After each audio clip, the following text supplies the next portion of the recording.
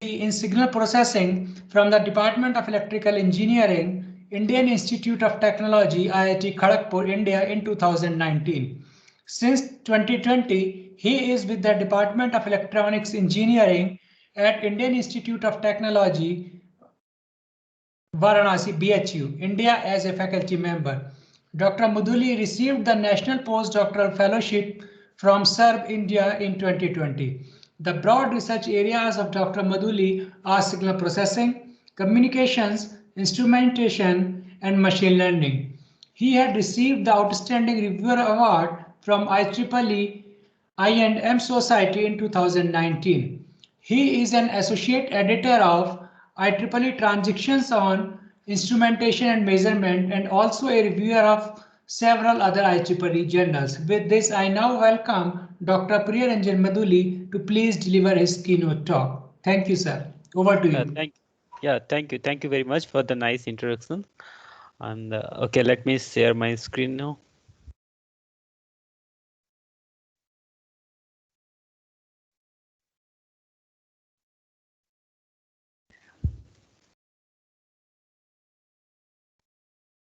Yeah, I hope the screen is visible, right? Can anyone confirm? Yes, sir. The screen Yeah, is visible. okay, good. Okay, so good afternoon to everyone. In today's talk, I'm going to talk about convex optimization for sparse sensing and machine learning. So as you, I'm not sure about how many of you are aware of the sparse sensing technique, since the trending research is going on machine learning only. So there is a link between sparse sensing techniques or compressed sensing and machine learning. So I'm going to discover some of the background uh, techniques, like mostly if you see the almost all the machine learning stuffs or toolbox or any signal processing tools use in background, if you see the optimization is going on, right? So in any engineering domain you go, everywhere you either you minimize something or you maximize something, right? So you have a cost function, you try to find out some solution to that, right? So in today's talk also, I'm going to give you some highlights about convex optimization applications for sparse sensing and machine learning. So here is the outline of my talk. I'll start with a brief introduction to sparse sensing. Then we'll gradually talk about some of the more relevant techniques that are being employed for sparse sensing. Also, we'll discuss some of our methods that we have already developed. And I'll conclude my talk with the take-home message. So let's start with the application part. If you see, like in any application nowadays, if you see any gadgets, right, any electronics gadget or any real world applications, right, there is a key technology involved in the background, right? And technology is evolving, right? Day by day, you see new things are coming out, new technologies coming out. Okay, so I'll be specifically focusing on the sparse signal processing. Then I will move to the to the machine learning applications as well. So let's see where the sparse signal processing is applied. Okay, so let's first understand what do you mean by sparse signal, right? When I say a signal is sparse, just try to understand. When I say the signal is sparse, that means it contains few number of significant components, right? It contains few number of significant components, and most of the components are insignificant, or you can ignore them, right? You can say those are nulls, right? For example, to understand the idea of sparse signal, let's say you have a wall, okay, so white painted wall in front of you, draw something on the wall, okay, at some corner point or at the center, right? Take a picture of that, okay, and just look at the picture. You'll see everywhere it is white, right, blank, but where you have put the some symbol or you have drawn some figure, right? So that part only contains some information, okay? So if you just linear make it say one dimensional representation, you can see that the information will be content will be gathered at some point, right? Other other data points will be zero. So the idea is same here. Like we'll be dealing with the signals, but not in its natural domain, okay, but in the sparse domain. Okay, so by exploiting the sparsity or the significant components only, we'll try to reconstruct them. We'll try to say try to compress them. We'll do some processing over it, right? So there are many applications of sparse signal processing. Let it be radar, like many embedded systems. Let it be audio signal processing, ECG, EEG, and many MRI. Okay, so there are vast applications, right?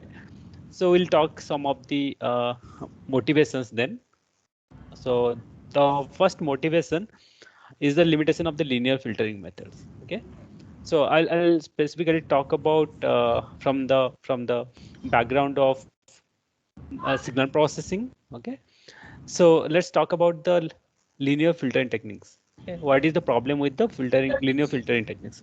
So when noise lies over the signal, having say noticeable sharp discontinuous. For example, you have a signal, you are trying to process it. Okay, so if you have some noise is affecting your signal, let's say that contains a high frequency components, and your signal also contains some high frequency components. So there may be some spectral overlapping. Okay, so that creates huge problem in linear filtering techniques. So that basically motivates us towards the non-linear filtering. So so in this method we can so in this process we can develop some of the nonlinear filtering techniques. And there is also a lack of balance between the smoothness and sparse characteristics of the signal. The meaning is that some of the signals contain low frequency components, or you can say they have smooth surface, and they may contain sharp discontinuities or high frequency components. So the methods that you apply for filtering, so that may not give you a balanced output, right?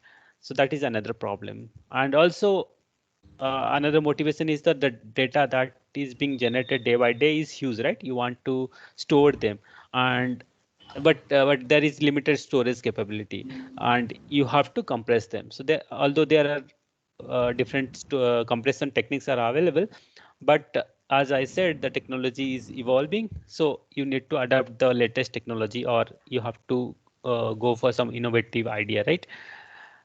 So the solutions, as I mentioned, you have many options, right? Many solutions are there, but I'll highlight on two major solutions. One is nonlinear filtering techniques, another is compressed sensing. Okay, or we call it sparse signal processing. Okay. So I'll go in deep. Okay. So let's just consider a basic system, right? Measurement system. Okay. So it looks something like this, right? Anything you measure in this real world, always you deal with some kind of measurement, right? So you have some source signal, say X here, and you measure it. You want the measurement. So you use some instrument to measure the source signal. Let it be your audio, voice signal, audio, or any physiological signal, ECG or temperature, anything, right? Any analog signal you want to measure here. And so you discretize it. Okay, since we are talking about digital signal processing, and we'll obviously discretize the signal. X is in discrete domain here, and you have some measurement device, right? That will have some transfer function, say phi. Here we are representing the transform function in the form of a matrix. Okay, so your response will be response of the measurement device will be y equal to phi x. That will be simply a mapping from x dimension to y dimension. Okay, if this phi is a identity matrix, let's assume that this phi is an identity matrix which contains one like in the main diagonal unit elements. Then when you multiply phi with this x, you'll get the signal as it is, right? Y equal to x. So there is no compression involved, but you got your signal, right? Obviously there will be some noise, channel noise, that will be affecting your measurement. Okay, so this is one format. Actually we are trying to essentially, if you see, we are trying to model our measurements, right, from the model itself. Okay, there is some background noise, let me check.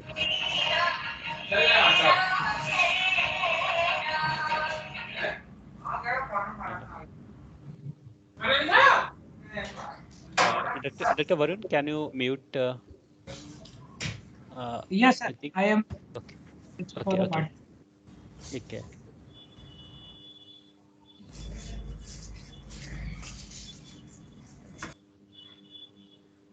Okay, thank you. So essentially, if you see here, we are trying to model our measurement, right? So like the measurement here is modeled in this fashion, like a linear combination of x and phi, right? Phi is a matrix. We are representing that as a transfer function phi x, y equal to phi x plus w. W is some kind of noise having say some certain distribution. Let it be a Poisson distribution or a Gaussian distribution, some kind of distribution. Okay. So this is our model. Try to stick to this kind of notations because I'll be repeatedly using this kind of notation. Okay. Now you got your measurement using some measuring device, right? Okay.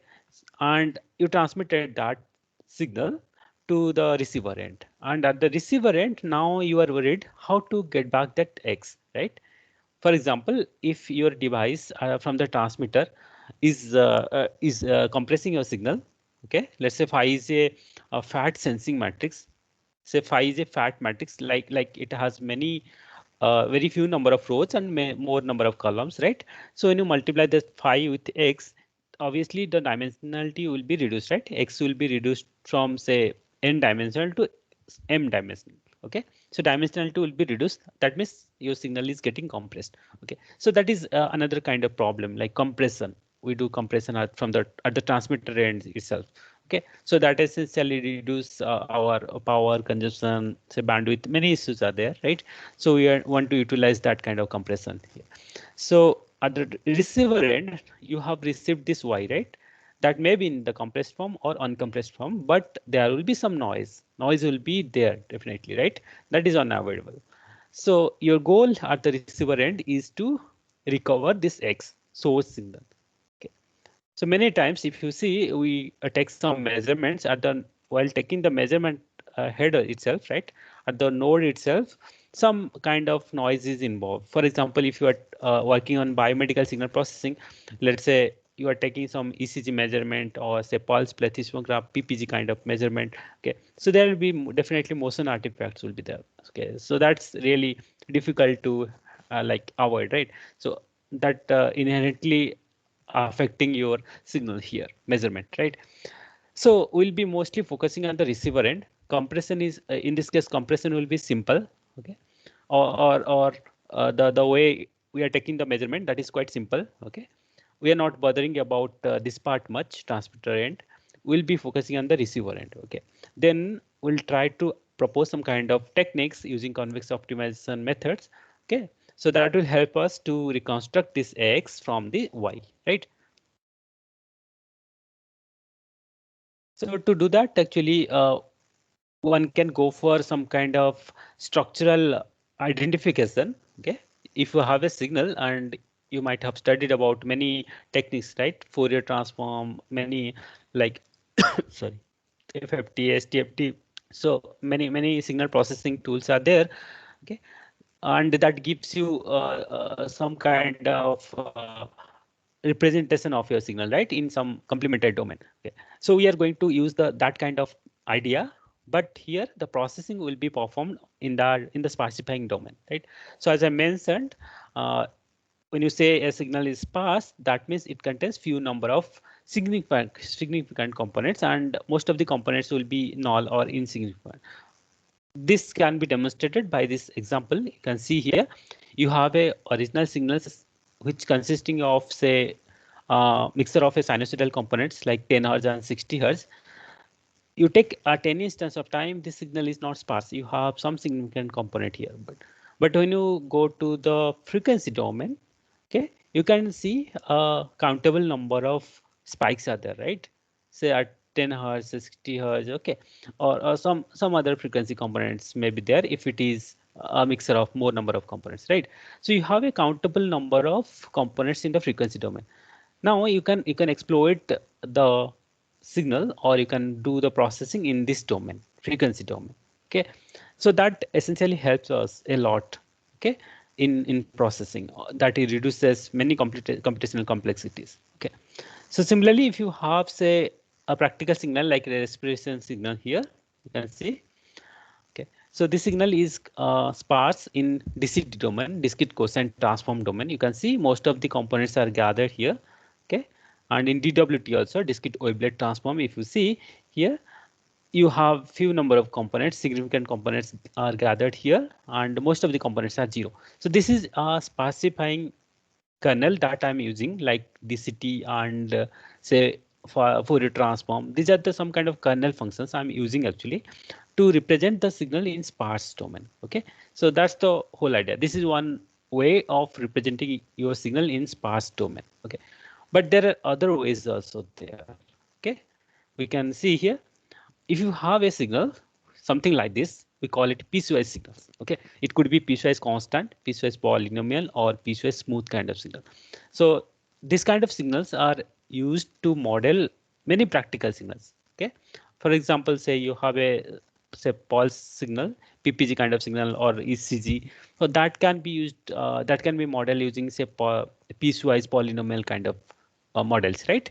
Okay. So these are the some of the standard signals I have taken here. If you have some signals something like this, which are having say flat surface and sharp transition points are there, you need not to go for say Fourier domain or some kind of domain, right? Simply if you just multiply this kind of signal, this is a one-dimensional signal. You can see if you multiply this signal by this first difference matrix looks something like this. You have -1 1 in the main diagonal, and off diagonal element other elements are 0 here. Okay, so when you multiply this d by this x, okay, this is 1D signal.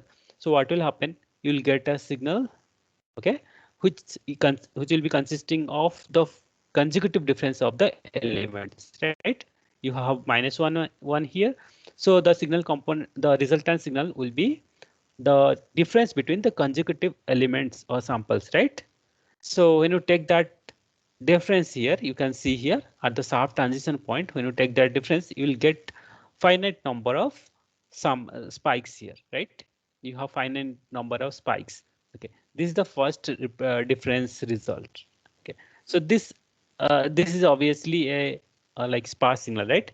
This is one way of sparsifying the signals, but be careful, your signals will contain some kind of piecewise components, right?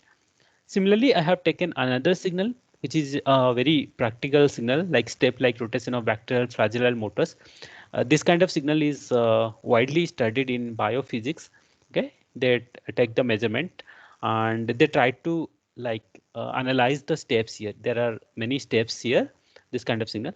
Okay, so this signal also, if you just multiply by a second difference matrix, okay, or higher order difference matrix, which is having similar structure to that first order, but 1 minus 2 1, these are the diagonal elements. Okay, so what will happen?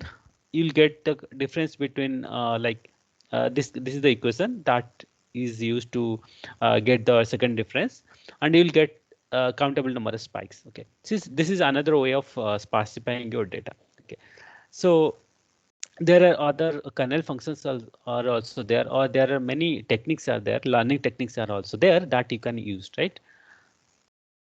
So I'll briefly discuss about many ideas that are being employed to reconstruct your signal from the noisy measurements. Okay, then I'll go to some of the reconstruction techniques. Okay, so that involves some kind of compression, or essentially we're talking about the compression thing. Okay, in the later part. So let me start with the basic problem. Okay, this is a uncompressed problem, or you are doing just you are trying to extract your signal from the noisy measurement itself, or you can say this is simply a denoising problem. Okay, so the measurement noisy measurement goes something like this: y equal to x plus w. X is your vector, right? Discrete vector. And in this case, we are assuming that this kind of vector or this kind of signal is a piecewise signal. Okay, so already I have discussed about piecewise signals, and to fit that kind of signal in this formulation, we have to consider that the signal is piecewise. If it is not piecewise, we need to go for some kind of other signals or other techniques, right? So I'll discuss that in later part. So let's say X is piecewise signal, and you want to extract x from the y.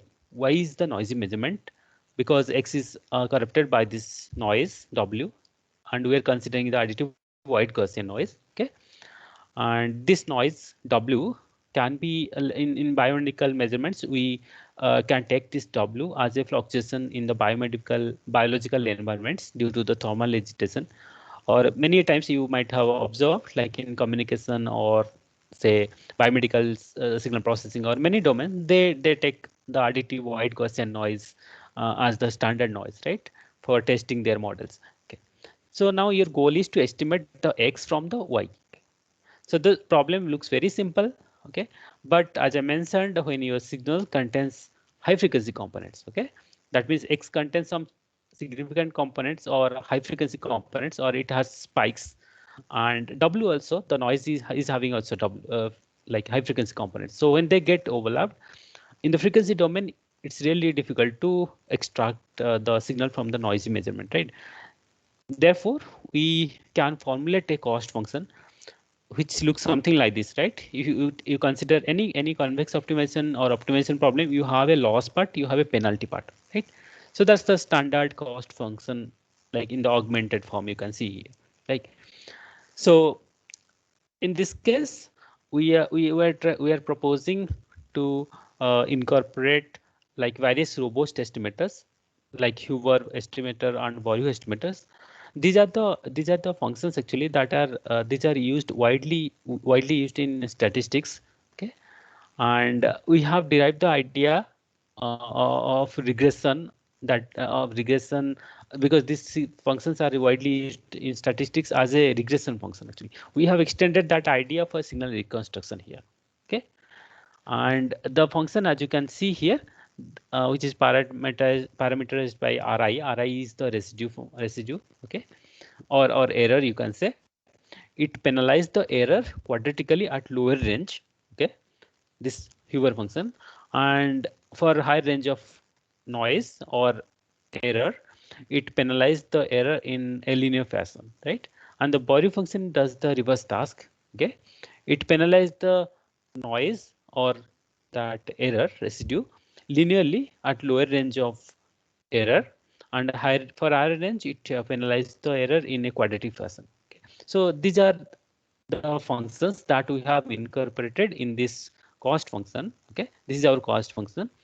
And for penalty also we have considered various like norms like L1 norm, L2 norm, or hybrid kind of norm, or is function. Okay, and we have solved this cost function to get a closed form solution, and from that we have extracted the X. Okay, so that's the whole idea. So here comes the application of convex optimization. Okay, so initially, as I mentioned, you see any problem, right? Let it be signal processing problem, machine learning problem, or mixed problem kind of thing, right? But nowadays, people are working in both domain also. Partially, they are using signal processing for some purpose. Then the outcome of that may be fed to a some kind of deep learning or machine learning stuff, right?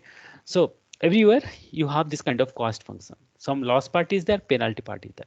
So here comes the application of convex optimization. Okay, so why do you go for convex optimization? Because you always want a global solution. Okay, so if you are encountering some kind of non-convexity, so there are ways to handle that. I'll discuss some of the methods, right? Okay. So here you can see the surface, actually the contour of various penalty functions or loss functions. As you know, L2 norm, that is the L2 norm surface that looks something like this, right? And L1 norm, okay, L1 norm surface looks something like this. Okay, and Hoover function lies in between L2 and L1 norm. Okay, so you can see the surface, the corner points are smooth here. Okay, and the Morio function is just the reverse. Okay, corner points are sharp, other parts are actually a bit like smooth. Okay, so here actually we have reformulated the cost function actually that we are proposing. We have reformulated in a different format actually, that is called concomitant scale estimation form. Okay, so this is a part of convex optimization. By representing this way, we can have a jointly convex optimization problem. Okay, so this problem is a scaled estimation form actually. By proposing this kind of technique, you can use directly the quadratic optimization. Actually, the quadratic programming that you can use to solve this kind of problem. Okay, you can just represent this kind of concomitant scale estimation in the form of quadratic programming and using the standard CVX toolbox. Okay, convex optimization toolbox. Okay, you can have your solution directly. Okay, so that's what we have done here, right? And these are some of the cost functions like F1, F2, F3, F4. You can see these are the some of the cost functions we have obtained by incorporating the L2 norm, L1 norm, Hu1 norm, right? So various norms actually we have incorporated here. Okay, and we have used the convex optimization technique to solve these cost functions. Okay, so you can visualize the cost function and the convexity. Okay, to demonstrate that the idea, we have considered various piecewise signals. As I mentioned earlier, also we can. These are some of the samples actually. You can go with these samples to test your models. Okay, this is the piecewise constant signal. This is the piecewise polynomial signal. This is the piecewise smooth signals, and we have corrupted this kind of signals using uh, white Gaussian noise, additive white Gaussian noise, having different standard deviation. Okay, and SNR. Okay, so then we have reconstructed the source signal using the proposed cost functions actually that I have discussed. Using various convex optimization techniques, we tried to reconstruct it. As you can see, all are these are all the results. Okay, that we have obtained. So the noise is almost removed.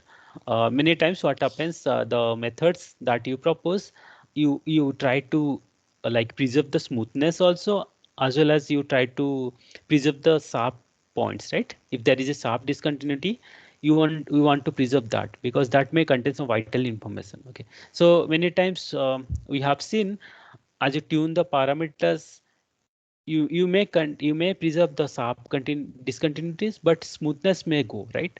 Or you may either preserve the smoothness but sharpness will go. You can see here, okay, the results. Okay, so that may happen. So the parameter tuning is also a important part in convex optimization. Okay, so here also we have put some results like recovery of discrete states of molecular masses. Okay, so you can see this kind of this is the step-like rotation of bacterial flagellar motors. Small steps are there, and these are obscured by noise, correlated molecular noise, due to the frictional effect and electric coupling of bacterial flagellar motors. Okay, so it's really difficult to count the number of steps or to reconstruct the steps here, but with our proposed methods, we have observed that the reconstruction performance is good. Okay. So here also I'm presenting the root mean square error performance. Y-axis is the average RMSC, x-axis is the noise standard deviation. Here we have used the additive white Gaussian noise. As you increase the noise standard deviation, the average RMSC will be going up, right? But here our methods actually we observed it's outperforming the standard methods.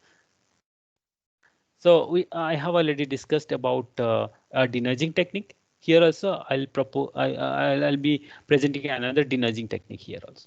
Okay. So then we'll go for some kind of compression problem, decompression problem. So this is the second idea. It is called a measurized Morio envelope-based recovery approach. The problem formulation remains same, like you have the y equal to x plus w. Okay, and here also I am assuming that x is a piecewise signal, and w is the additive white noise or additive some kind of additive noise having certain distribution, right?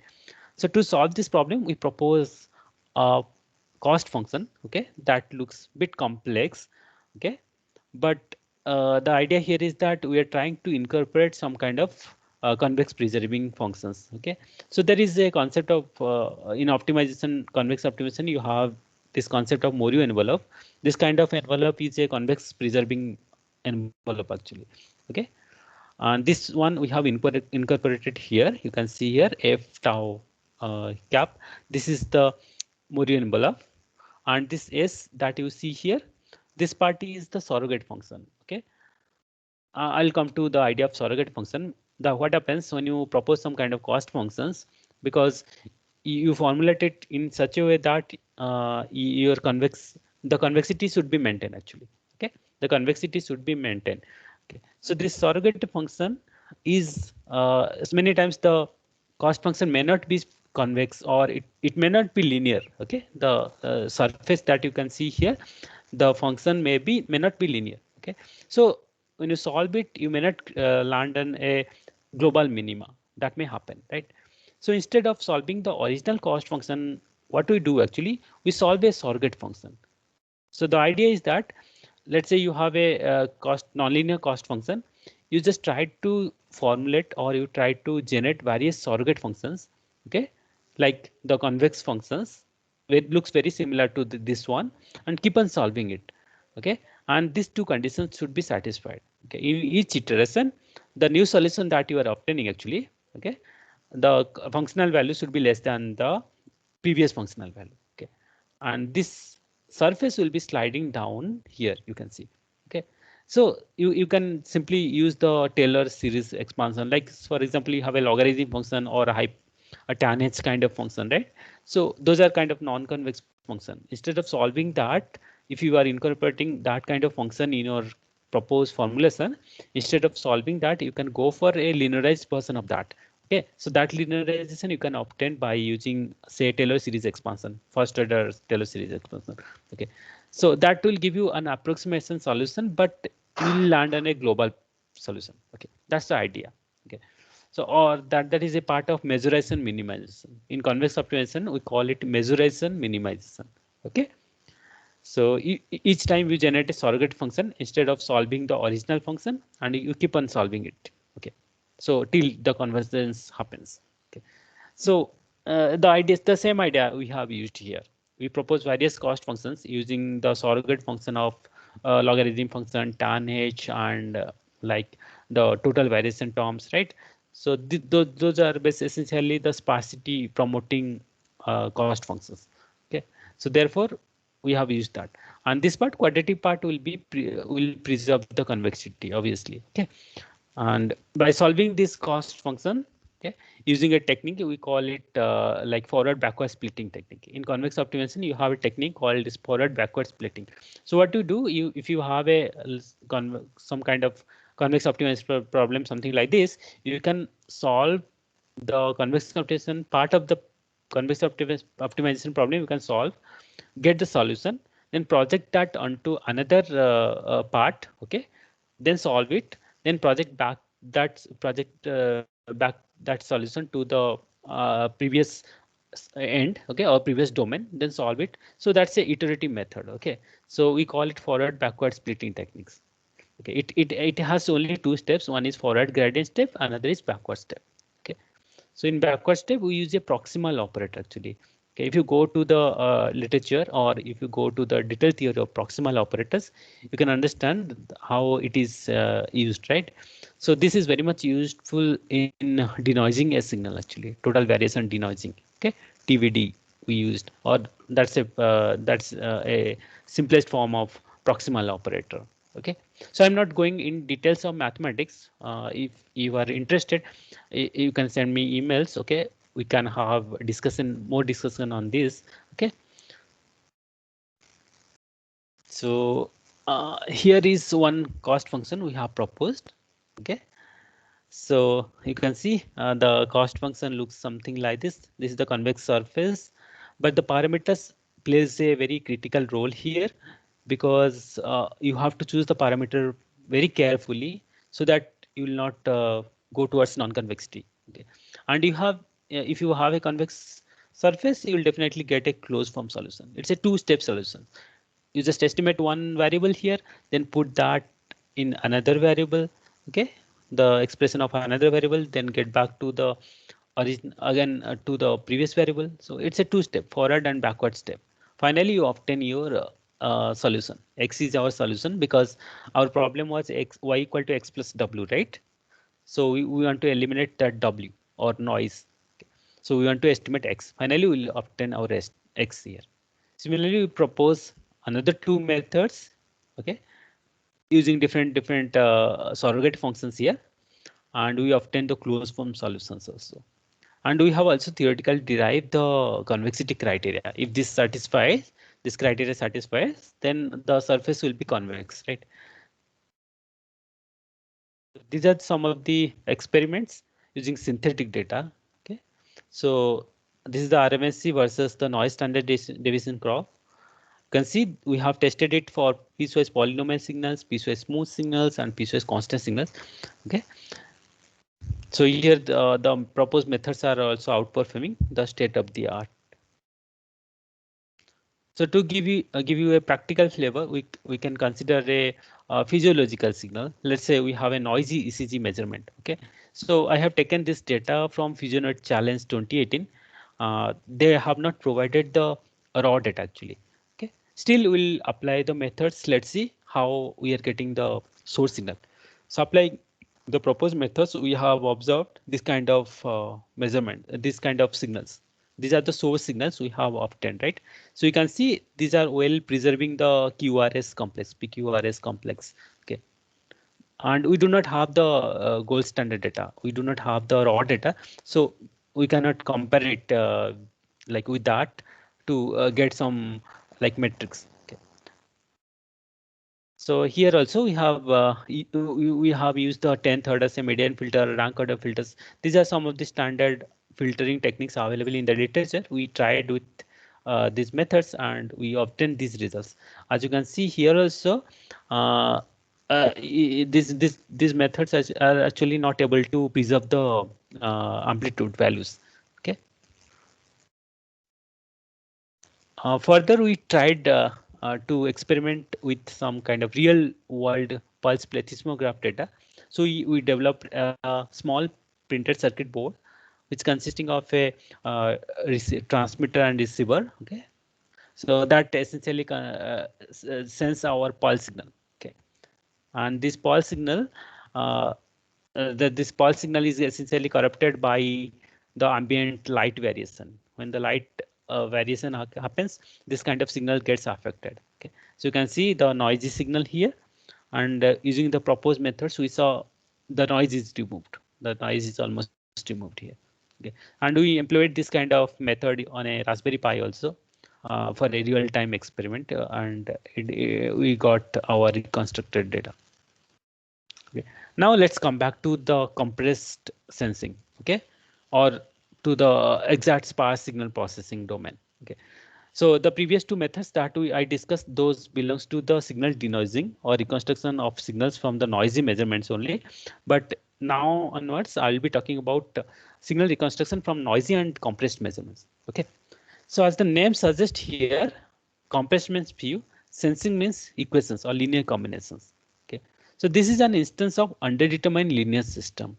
Okay, if you see the typical sensing, what you do when you try to measure something, okay, let's say you take image of some scene, right, using your digital camera. What do you do? So you take all the measurements, all the depending on the pixel size, you take that many number of pixels. Okay, if your system or your camera has a system to compress it, it will compress it using say some kind of JPEG or DCT, right? It essentially use the DCT kernel. Okay, so what you do, you throw out most of the pixel values due to reduce the size of your image, right? So that's what happens in typical sensing. You compress after you sense. Okay. But in compressed sensing, what you do, you compress while you sense. Okay. That's the difference between the traditional sampling and compressed sampling. Okay. So then the idea here is that we do not want to waste our resources here. Okay. So I'll come to some of the methods actually. Okay, so that the compressing essentially combines the sample and compression part. Okay, so for example, let's say I have a some kind of sensing element in satellite. Okay, I have a camera which is taking the images of Earth. Okay, so that may contains a very high megapixel camera. Okay, so what happens if you do not have enough number of space, you need to go for a compression, right? So initially you measure a lots of data, like huge amount of data. Then due to the limitation of your devices, you try to compress it. You just throw out most of the components. Okay. So in compress sensing, what do? You compress while you sense. Okay, instead of throwing out data, you sense the significant components only. Okay, then you try to reconstruct it. Okay, ultimately what happens when you compress your data, again at the receiver end you want to reconstruct it. Okay, so that's what happens. So and this compressed sensing here actually we use the like sub-Nyquist sampling. Actually in compressed sensing, if you see, the sampling rate is far lower than the Nyquist sampling rate. Okay, which is the standard sampling, which is the standard, right, which is standard for any digital signal processing. So I'll just go briefly on the techniques that is being employed for compressed sensing. Okay, but before that, let's understand the mathematical background, how the compression takes place, and how can we propose some methods to reconstruct our data from the compressed noisy measurements.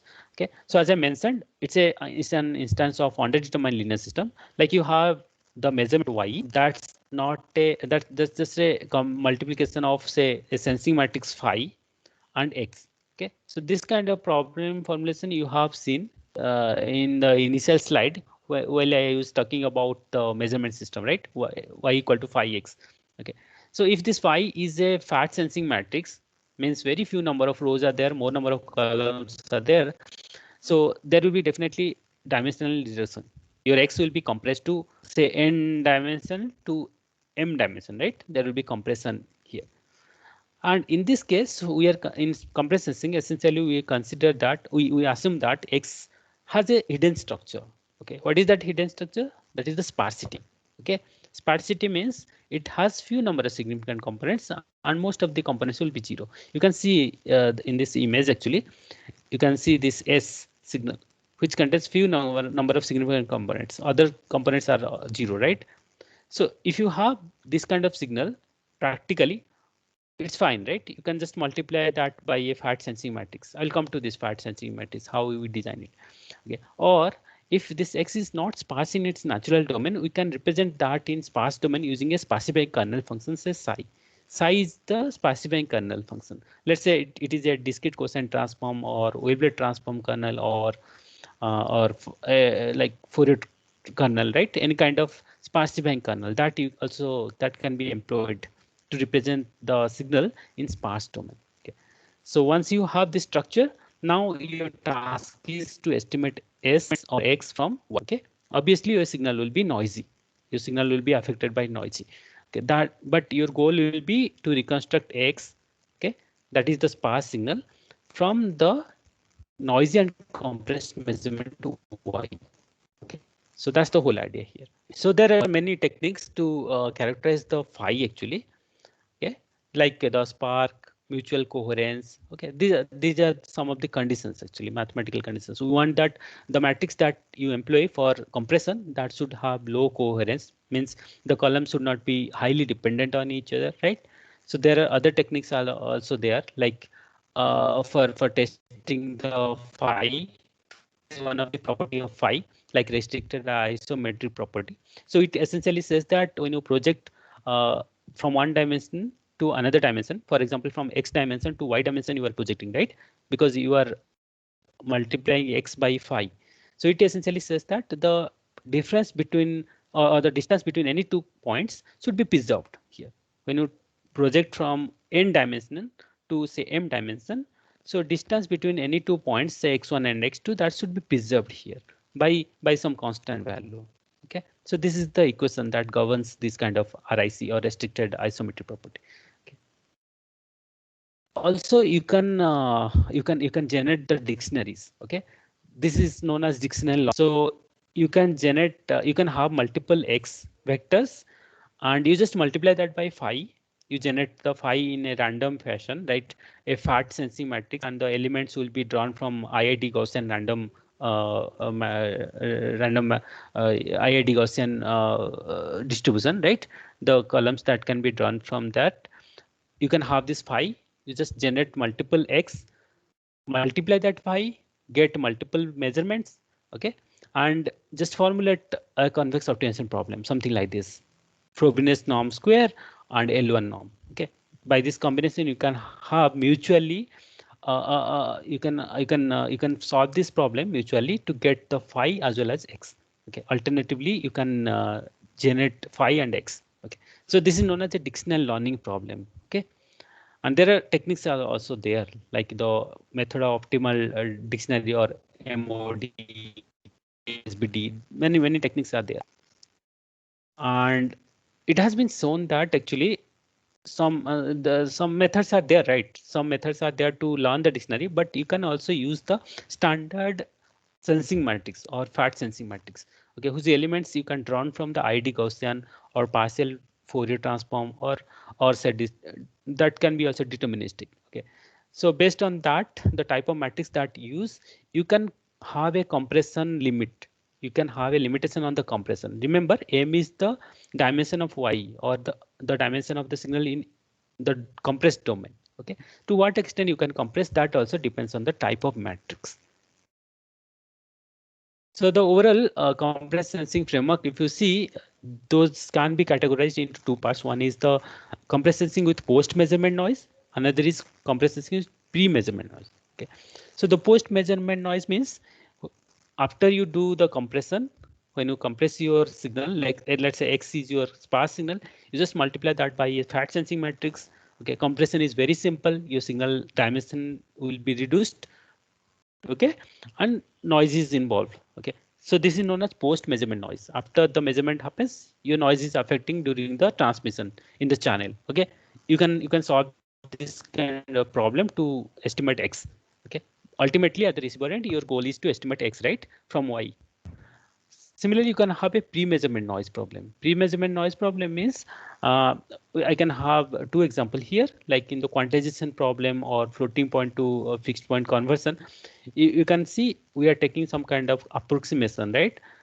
Or if I take a practical example, for example, if you are taking say measurement using some kind of sensor like ECG measurement or EEG measurement, electroencephalogram measurements, at the sensor node itself, due to some like misalignment or due to some if the gel is not proper, right? So there also some kind of noise will be involved. Okay, some kind of noise, electrical, bioelectric will be involved, right? So that means your at the sensing node itself, your signal is getting corrupted. Okay, x plus instead of x, you are taking x plus z, right?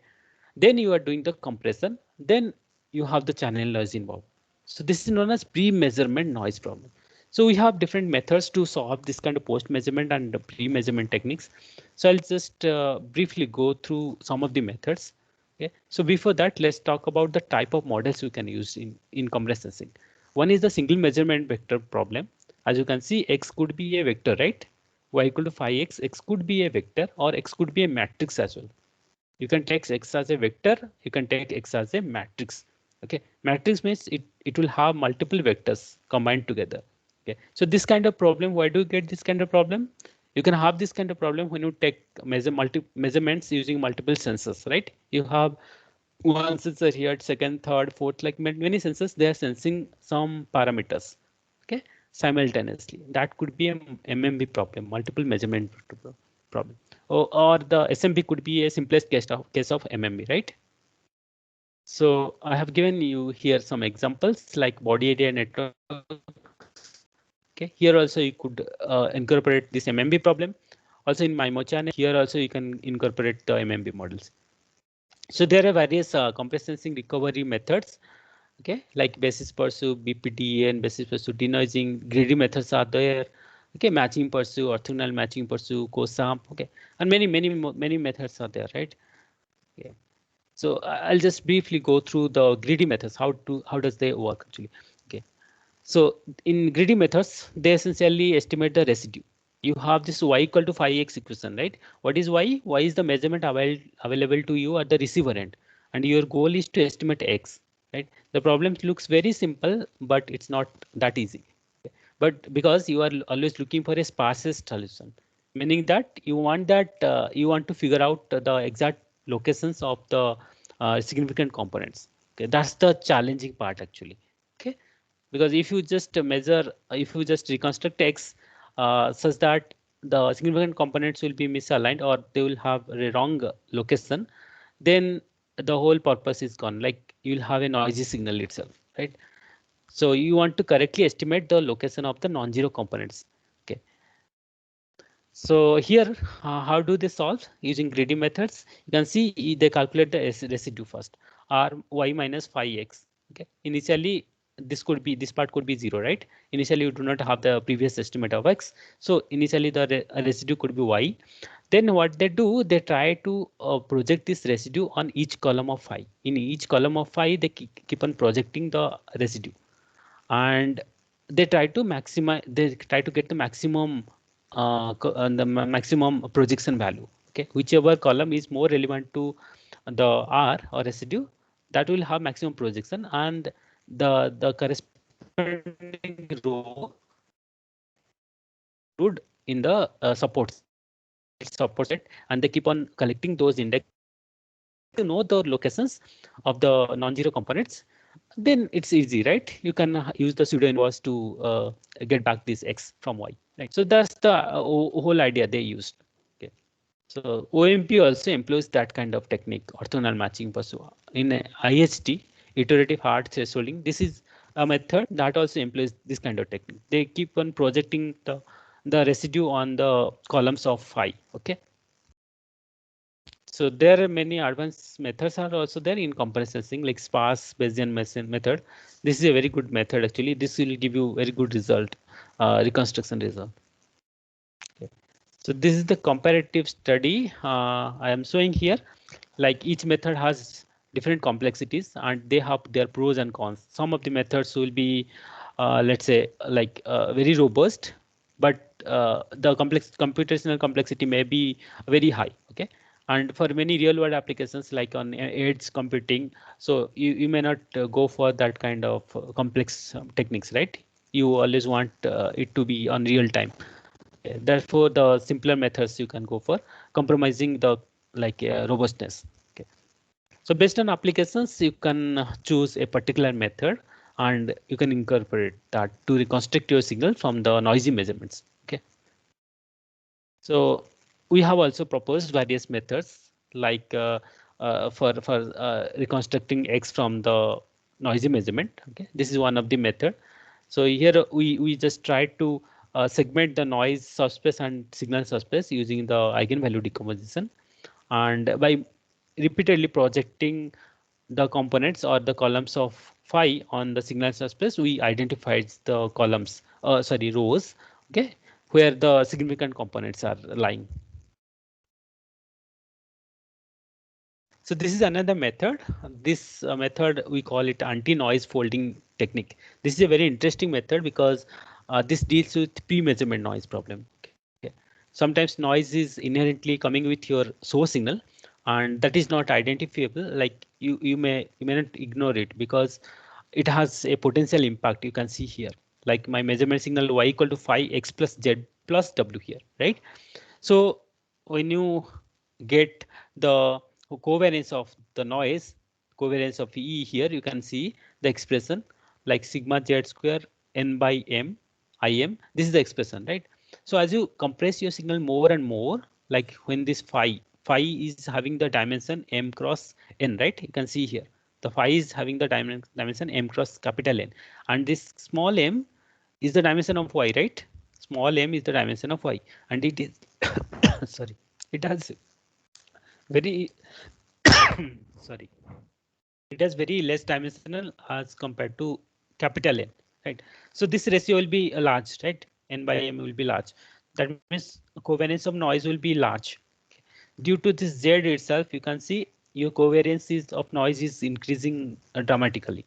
Okay, so that is called the noise folding. Noise is getting folded, okay, by this many times. Okay. So to handle this kind of problem, you can also propose various cost functions actually. Okay. So we have also proposed various cost functions like weighted L1 norm kind of problem here. Okay. And we solve these cost functions using the convex optimization techniques, and we obtain the solution, right? Sparse solution. Okay. So the Sparse solution is obtained. It can be obtained by this kind of method actually, because L1 is a sparsity promoting norm. L0 norm is also there to obtain the sparse solution, but that's not the right solution, because that may be NP hard problem, or that's an NP problem actually. So instead of solving the L0 norm, people usually go for some kind of L1 norm, or fractional norm, or weighted L1 norm. This kind of problems are useful. Okay. So here also we have incorporated the logarithm and tan inverse function. Okay. And you can see these are non-convex functions, right? These are log and tan inverse. These are non-convex functions. So as I mentioned, we cannot get the global maxima or global minima here using non-convex functions. So we have to linearize it, or we have to obtain a convex surface. To get that, actually, we can go for first the Taylor expansion or something like this. Okay, this is a part of the measurized and minimization technique that I explained in my previous slide. And you can see after linearizing, this equation has become something like this. Okay, this is for the logarithm part, this is for the tan inverse part. Okay, so these are some kind of linearized version of the nonlinear function. Okay, and we can easily solve this kind of problem. Okay, we can easily solve this kind of problem. Okay. So this is our framework we proposed. Okay. And you can see we have this kind of signal. These are the input signals. Okay. And what we have done, we have just followed the compressed sensing framework, y equal to phi x plus z plus w. And this is the noisy version of this signal. And from this signal, we have to estimate the original data, right? So these signals, you can see this contains 6 number of spikes. And this signal, this is the measurement that we have obtained by using a fat sensing matrix, okay, whose elements are drawn from IID Gaussian distribution. And from this measurement, we need to estimate the signals. Okay. Using our proposed methods, we have verified that the reconstructed methods signals are quite similar to the original data, right? So you can use this kind of method, right? So what is next actually? So you can see here we are repeatedly using the sparsity of the signals, right? We are trying to exploit the sparsity of the signal. So there are many signals actually whose sparsity structure may not be exploited. Okay. So then this poses a limitation on the compressed sensing techniques. Therefore, the researchers are recently moving towards hybrid methods that combines the sparsity as well as the machine learning techniques. Okay, so this is one of the examples. Actually, this is known as compressed sensing generative adversarial network. As you are aware, I hope you know the structure of GAN, right? In structure of GAN, you have two structures are there, like generator is there and discriminator is there. Okay, so this generator keeps on generating fake data, and discriminator will be trained in such a way that will distinguish between fake and real data. Okay, so here the problem formulation is something like this. You can see. Okay, so this the structure looks very similar to the compressed sensing structure, but here the hidden structure of data or your source signal that I am talking about, that is in the form of a neural network. Okay, this G theta or generator will keep on generating new X, or you can say I'm representing my X or source signal using a generator, or generator preserves the structure of the source signal, okay, instead of the sparsity. Okay, that's the only modification they have done, and this work is published by Google Mind actually. Okay, they have proposed this method. Okay, and here you can see you have this kind of optimization problem, right? And you can solve this kind of optimization problem using say gradient descent. Okay, and you can obtain the X. Okay, so gradually people try to mix the concept of sparsity and the machine learning concepts. Okay, and this kind of compressed sensing techniques, they have huge applications in many other domains like communications also. You can see in wireless sensor networks to mitigate the data loss problem, okay, during the transmission, channel estimation, they use this kind of technique, right? Here also you can see in antenna array, like to design the tripole antenna arrays. Okay, in cognitive radio, like spectrum occupancy due to the underutilization of spectrum. In ultra wideband communication also, they use compressed sensing. Okay, DOA, direction of RFL, there also for beamforming, they use this concept, right? And in information security also, they use compressed sensing, because as I mentioned, when you compress your data, you multiply your source signal by a fat sensing matrix. That's a random sensing matrix. Okay, so that essentially gives you a security to the data, because that multiplication, matrix spectral multiplication itself is promoting the information security due to the randomness. Okay. So there are many applications. So due to the lack of time, I'm just going through like a few applications here. Okay, compressed sensing can be used for like MIMO, OFDM, visual light communication. This is one example. A practical demonstration is shown by Lin and their group here. And also another application is elimination of noise distortion for OFDM systems. Okay. So usually the clipping noise is a vital issue in OFDM. Okay, so that noise can be estimated or eliminated using the compressed sensing technique. Because the framework looks or the framework can be modeled based on the compressed sensing framework, right? Because you this is the transmitter block diagram of a OFDM system. Okay, so when you write down the mathematical equation, you can see there you have the IFFT, okay, or FFT is there, right? You have the mathematical equation looks very similar to the compressed sensing framework, and then easily you can estimate the noise and eliminate that. Similarly, you can do the multiplexing. If you have a very large number of symbols, you can use the some kind of sparsifying kernel to sparsify them, and you can reduce the total number of symbols actually. Okay, so then you can do the multiplexing here. Okay. This could be used in MIMO signal multiplexing. Okay. Here also the neural networks are used actually. Here also machine learning techniques are used during the reconstruction. There are many applications. I have just cited a few, and I think it's time. I'm stopping it here. So let me know if you have any queries.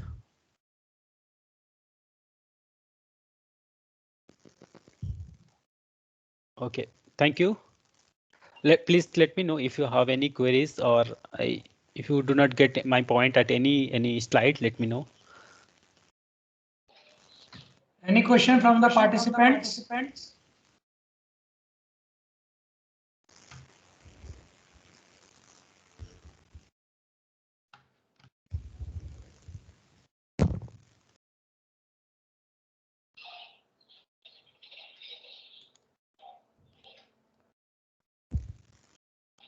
So I think there is no question from the participants. Okay. So I am very much thankful to Dr. Muduli for this informative session on this topic related to Amalgam 2021. Okay. I hope the participants have enjoyed this session and learned very much from this session and also from Dr. Muduli. Okay. So I would also like to inform once again to all the participants that as usual, we have also recorded this session. So once we complete this workshop on 31st December, then all the recorded sessions or lectures will be uploaded on the IEEE Uttar Pradesh section Young Professionals channel. So with this, I once again thank Dr. Muduli that he took out some time from his busy schedule for this workshop. Thank you, sir. Thank you very much. Thank you very much. Thank you. Okay, thank you all the participants. Thank you. So we will again meet tomorrow on 3:30 p.m. Okay, thank you.